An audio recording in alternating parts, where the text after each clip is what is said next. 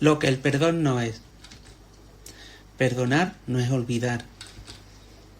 Empecemos por derribar el primer gran mito. Perdonar no es olvidar. De hecho, intentar olvidar es peligroso, porque nos condena a repetir los mismos errores y nos impide aprovechar la lección de lo vivido. La persona que perdona de verdad no pierde la memoria, recuerda perfectamente lo que pasó, pero la diferencia es que ahora puede recordarlo sin que el rencor o la tristeza le quiten la paz. Quien simplemente olvida no sana, solo entierra el malestar. Y por eso muchas personas viven con un nudo en el estómago sin saber por qué no pueden ser felices. No recordamos para alimentar la venganza, recordamos para extraer la sabiduría que nos haga mejores y más fuertes. El perdón no es sumisión. Tampoco debemos confundir el perdón con poner la otra mejilla de forma pasiva. Muchas veces, nuestros agresores ni siquiera saben que estamos heridos. Y perdonarlo no es darles permiso para que sigan golpeando, sino una herramienta para que nosotros recuperemos nuestra paz interna. Aquellos que se limitan a aguantar por miedo al cambio o por comodidad, terminan viviendo en la apatía y la desilusión. El perdón no es quedarte ahí quieto recibiendo golpes, es sanar tu interior para decidir con claridad qué límite vas a poner a partir de ahora. El perdón frente al miedo al castigo. Debemos hablar de cómo la tradición religiosa ha influido en nuestra forma de entender el perdón.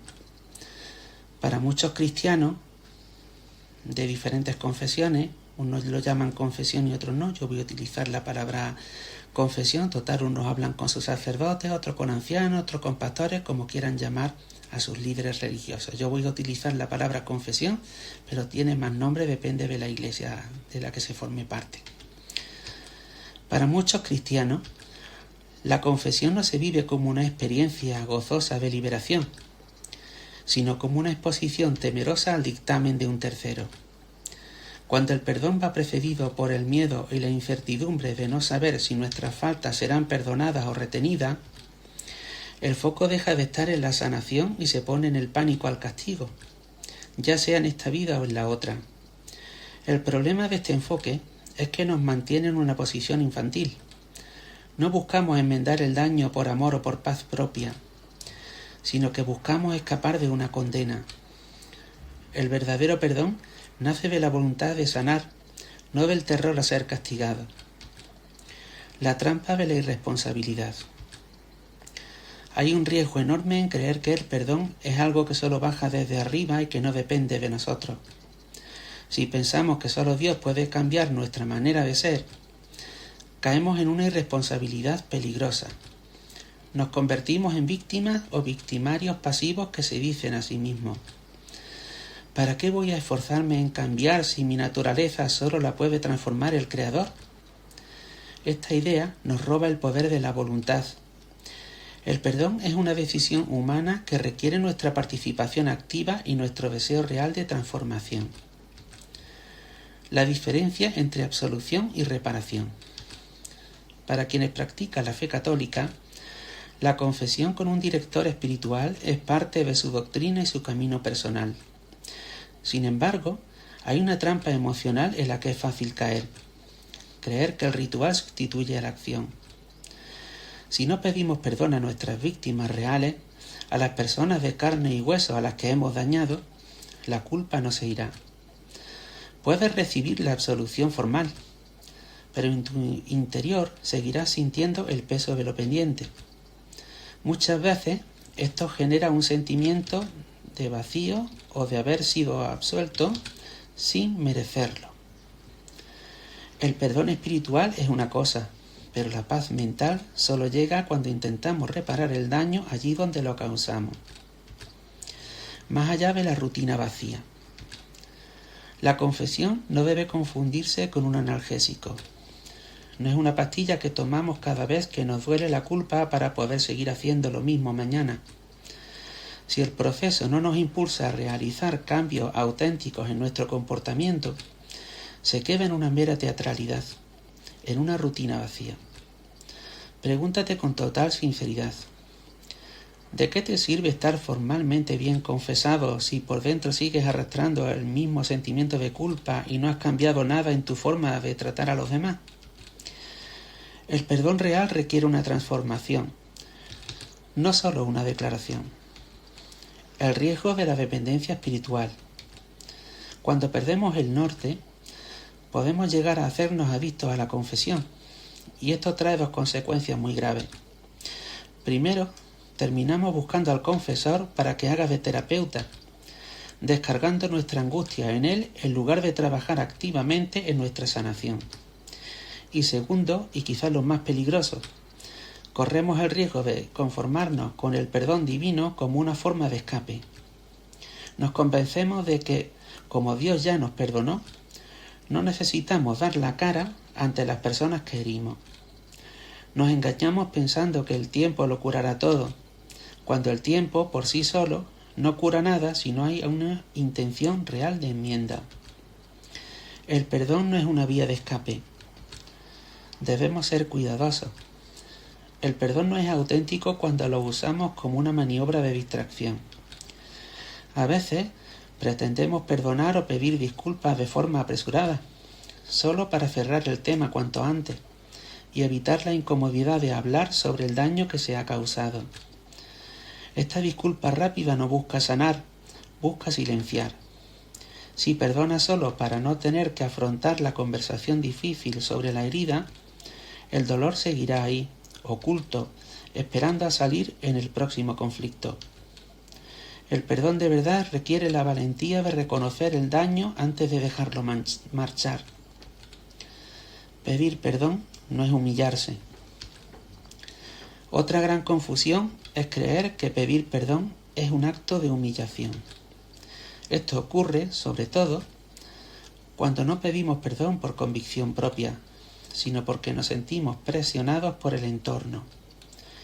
Si pides perdón solo para que dejen de juzgarte o porque alguien te obliga, esa experiencia se siente forzada y amarga. Pero el perdón auténtico no te rebaja, al contrario, te enaltece. Pedir perdón desde la conciencia del daño hecho es un acto de madurez y de fuerza interna, no un castigo que debas aceptar con la cabeza baja. El perdón no es una derrota. Mucha gente se resiste a perdonar porque ve la vida como una competición de ganadores y perdedores. Piensa que perdonar es ceder o darse por vencido ante el otro. Si asumes que perdonar es aceptar el papel de perdedor, terminarás sintiéndote frustrado, fracasado y, lo que es peor, con un deseo de venganza aún mayor. El perdón no es una bandera blanca de rendición frente al victimario. Es una declaración de independencia. No estás perdiendo una batalla contra el otro. Estás ganando tu propia libertad emocional. El peligro de la renuncia derrotista. Hay que tener cuidado de no confundir el perdón con una renuncia derrotista. A veces decidimos no afrontar un conflicto por miedo, pensando que si reclamamos o ponemos límites saldremos perjudicados. En esos casos nos decimos: lo perdono solo para evitar la confrontación. Pero eso no es perdón, es acumulación.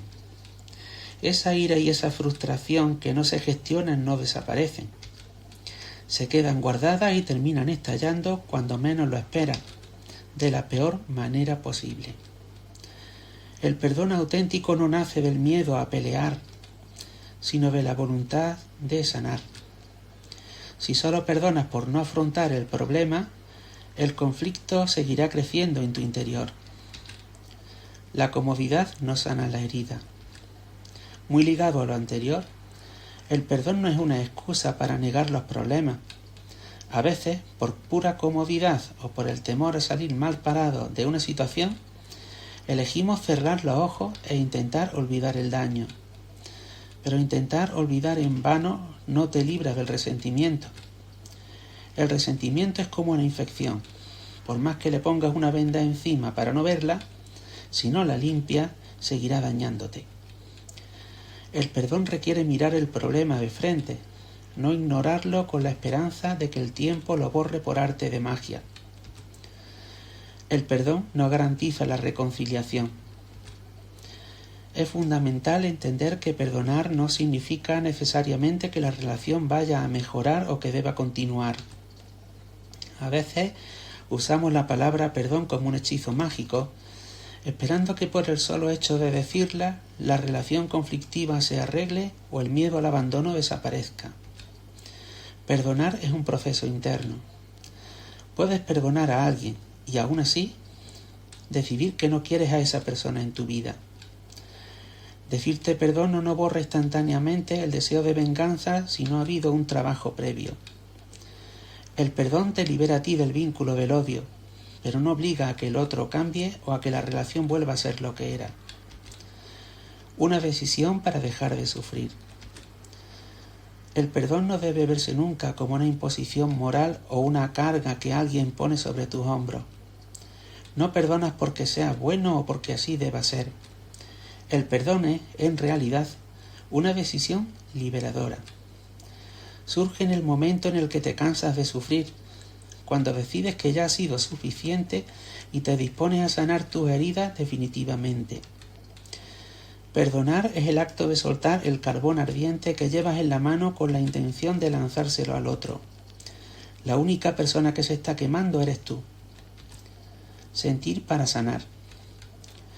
Finalmente, debemos tener claro que perdonar no es sinónimo de reprimir lo que sientes.